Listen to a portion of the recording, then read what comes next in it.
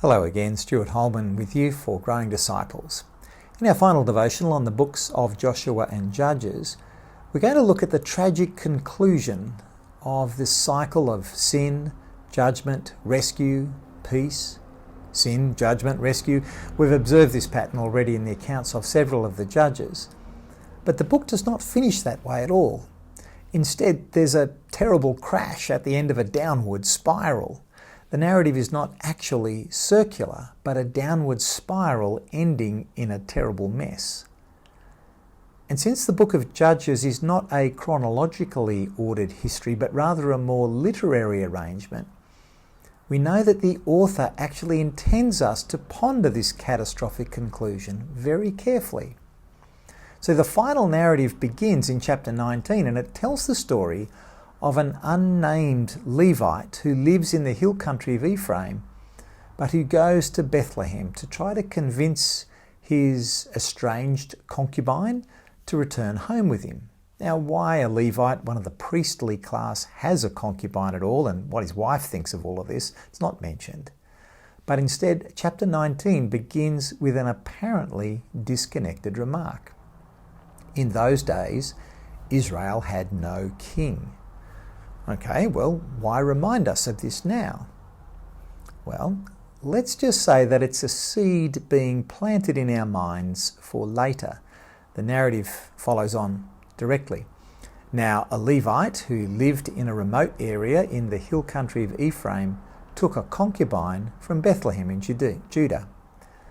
But she was unfaithful to him. She left him and went back to her parents' home in Bethlehem, Judah. After she'd been there for 4 months, her husband went to her to persuade her to return. There's plenty of intriguing details in the story, but it really all hinges on this journey home.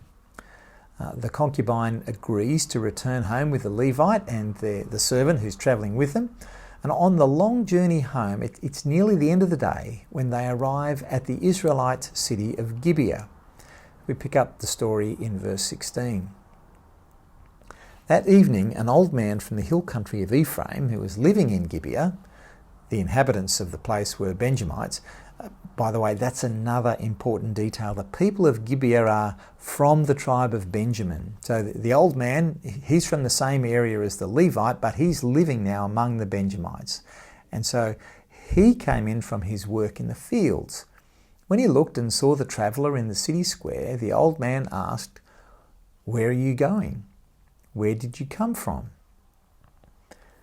The Levite answered, "We're on our way from Bethlehem in Judah to a remote area in the hill country of Ephraim where I live.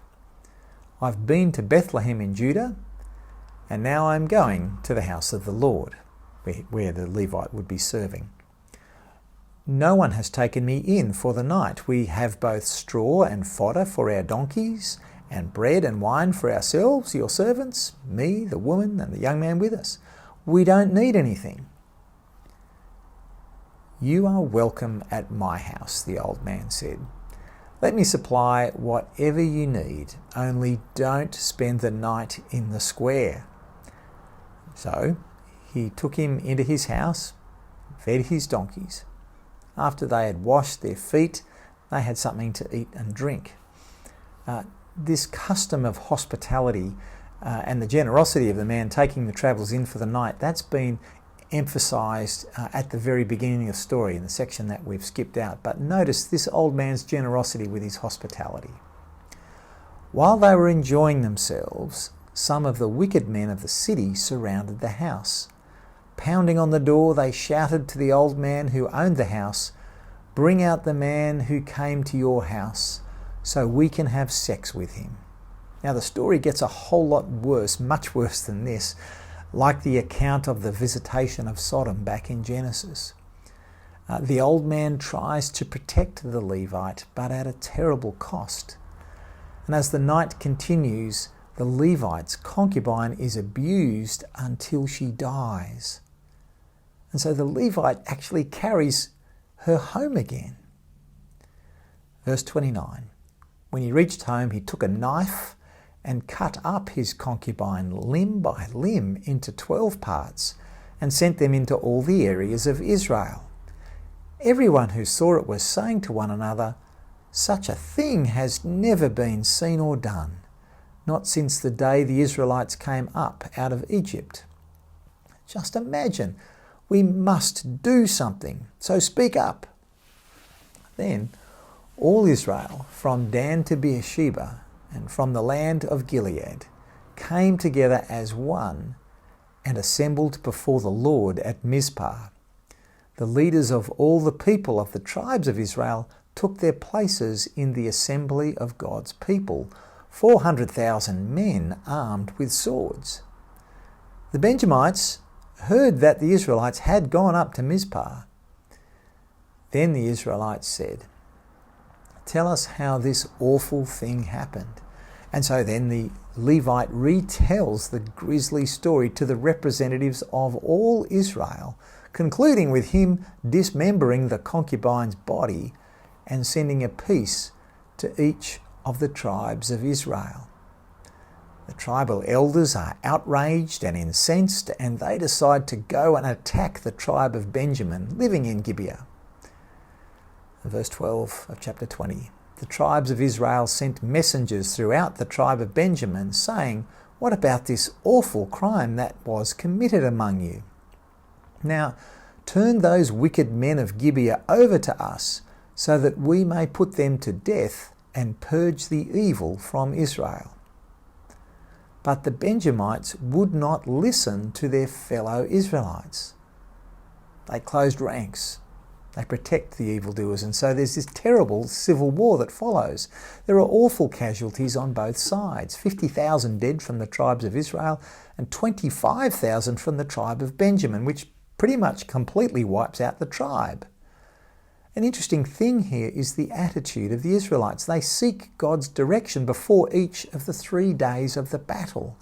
And each day God affirms that they should attack their brothers from the tribe of Benjamin in judgment. And when all but 600 of the tribe of Benjamin have been slaughtered and their towns burned to the ground, there is a great grieving over all that has happened. The men of Israel had taken an oath at Mizpah. "Not one of us will give his daughter in marriage to a Benjamite." The people went to Bethel, where they sat before God until evening, raising their voices and weeping bitterly. "Lord God of Israel," they cried, "why has this happened to Israel? Why should one tribe be missing from Israel today?" Early the next day, the people built an altar and presented burnt offerings and fellowship offerings. But as they gathered, the great dilemma to be addressed is, okay, well, what will now happen to the tribe of Benjamin? And so the meeting continues in verse 15. The people grieved for Benjamin because the Lord had made a gap in the tribes of Israel. And the elders of the assembly said, "With the women of Benjamin destroyed, how shall we provide wives for the men who are left?" That's the 600 men. "The Benjamite survivors must have heirs," they said, "so that a tribe of Israel will not be wiped out." So all of Benjamin's women and children have been slaughtered. All that remains are the 600 men. What are they going to do?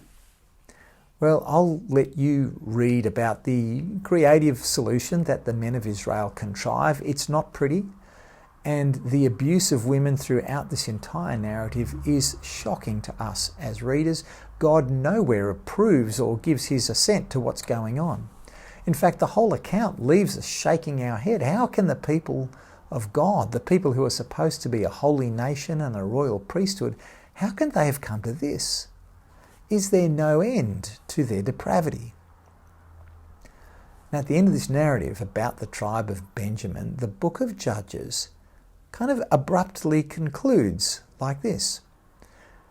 At the time, the Israelites left that place at Bethel where they'd been meeting, and they went home to their tribes and clans, each to his own inheritance.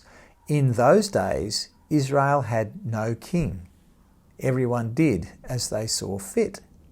And that's the end of the book. The same phrase that began this final narrative is repeated at the end. In those days, Israel had no king. So this is a book, this book of Judges, that says leadership matters. There's no king. That seems to be a problem. How will it be resolved? Wait and see in the books of 1 Samuel.